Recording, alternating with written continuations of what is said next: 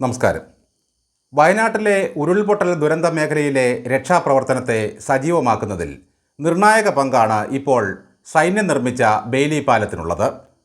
ദുരന്തമുഖത്തെ നായകനാണ് ബെയ്ലി പാലം. ബെയ്ലി പാലവും നമ്മുടെ പത്തനംതിട്ട ജില്ലയും തമ്മിലുള്ള ബന്ധം ഒരുപക്ഷെ പുതിയ തലമുറയ്ക്ക് അറിയാനിടയില്ല. വയനാട്ടിലെ മുണ്ടക്കയിൽ 190 അടി നീളത്തിലാണ് ഈ പാലം നിർമ്മിച്ചിട്ടുള്ളത്. 24 ടൺ ഭാരം വഹിക്കാൻ ശേഷിയുള്ള പാലമാണിത്. നീളം കൂടുതലായതിനാൽ പുഴയ്ക്കു മധ്യത്തിൽ തൂണുകൾ സ്ഥാപിച്ചാണ് പാലം നിർമ്മിക്കുന്നത്. ഡൽഹിയിൽ നിന്നും കണ്ണൂർ വിമാനത്താവളത്തിൽ വിമാനം വഴി എത്തിച്ച സാമഗ്രികൾ വയനാട്ടിലേക്ക് ട്രക്കുകളിലാണ് കൊണ്ടുവന്നത്. ദുർഘടമായ പ്രദേശങ്ങളിൽ അടിയന്തര സാഹചര്യത്തിൽ താൽക്കാലികമായി പണിയുന്ന പാലമാണ് ബെയ്ലി പാലം.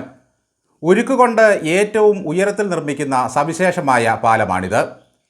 പ്രധാനമായും ദുർഘടമായ സന്ദർഭങ്ങളിൽ പാലം ഒലിച്ചു പോവുകയും റോഡുകൾ തകരുകയും ചെയ്യുന്നതിലൂടെ ഏതെങ്കിലും പ്രദേശങ്ങൾ ഒറ്റപ്പെട്ടു പോകുമ്പോഴും സൈനികമായ ആവശ്യങ്ങൾക്കുമാണ് ഇന്ന് ഇത്തരം പാലം നിർമ്മിക്കുന്നത്.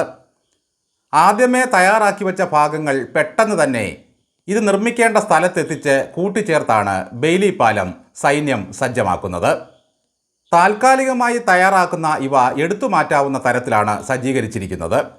ഉരുക്കും തടിയുമാണ് പാലം നിർമ്മിക്കാൻ പ്രധാനമായും ഉപയോഗിക്കുന്നത്. അടിയന്തര ഘട്ടങ്ങളിൽ വളരെയധികം പ്രയോജനകരമാണ് ഇവ. സാധാരണഗതിയിൽ ചെറിയ വാഹനങ്ങൾക്ക് പോകാൻ കഴിയുന്ന തരത്തിലായിരിക്കും ഇവ തയ്യാറാക്കുന്നത്. 40 ടൺ, 70 ടൺ എന്നിങ്ങനെ ഭാരം താങ്ങാനുള്ള ശേഷി അനുസരിച്ചാണ് പാലം നിർമ്മിക്കുന്നത്. 1942 രണ്ടാം ലോകമഹായുദ്ധ സമയത്ത് ബ്രിട്ടീഷുകാരനായ റൊണാൾഡ് ബെയ്ലിയാണ് ആദ്യമായി ഇത്തരമൊരു പാലം നിർമ്മിക്കുന്നത്. വടക്കൻ ആഫ്രിക്കയിൽ ബ്രിട്ടീഷ് സൈന്യത്തിനായി ആദ്യ പാലം നിർമ്മിക്കപ്പെട്ടു. ആദ്യമായി ഈ പാലം നിർമ്മിച്ചത് ആവോൺ നദിക്കും സ്റ്റൗർ നദിക്കും അടുത്തുള്ള ചതുപ്പ് പ്രദേശത്താണ്. ഡൊണാൾഡ് ബെയ്ലിയെ സംബന്ധിച്ച് പാലം നിർമ്മിക്കുക എന്നത് അദ്ദേഹത്തിൻ്റെ ഒരു ഹോബിയായിരുന്നു. അതിൽ ഒരു പാലത്തിൻ്റെ മാതൃക തൻ്റെ ഉന്നത ഉദ്യോഗസ്ഥനെ കാണിക്കുകയും അതിലെ സാധ്യതകൾ മനസ്സിലാക്കിയ അദ്ദേഹം അത് നിർമ്മിക്കാൻ ഡൊണാൾഡ് ബെയ്ലിക്ക് അനുമതി നൽകുകയുമായിരുന്നു. മിലിറ്ററി എഞ്ചിനീയറിംഗ് എക്സ്പെരിമെൻ്റൽ എസ്റ്റാബ്ലിഷ്മെൻറ്റിൽ ഈ പാലമുണ്ടാക്കി പരീക്ഷിക്കുകയും ചെയ്തു. താങ്ങുപാലം, ആർച്ചുപാലം, പരന്ന ട്രസ്റ്റ് പാലം എന്നിങ്ങനെ പലതരത്തിൽ പാലം നിർമ്മിച്ചു നോക്കി. അതിവേഗത്തിൽ നിർമ്മിക്കാമെന്നതും നിർമ്മിക്കാൻ പ്രത്യേകമായ ഉപകരണങ്ങളുടെ ആവശ്യമില്ല എന്നുള്ളതുമാണ് ബെയ്ലി പാലത്തിൻ്റെ ഹൈലൈറ്റ്. ആദ്യമേ തയ്യാറാക്കപ്പെട്ട ഭാഗങ്ങൾ കൂട്ടിച്ചേർക്കാൻ ഭാരം കൂടിയ യന്ത്രങ്ങളും വേണ്ട. തടി കൊണ്ടും സ്റ്റീൽ കൊണ്ടുമാണ് ഇവയുടെ ഓരോ ഭാഗങ്ങളും നിർമ്മിക്കുന്നത്.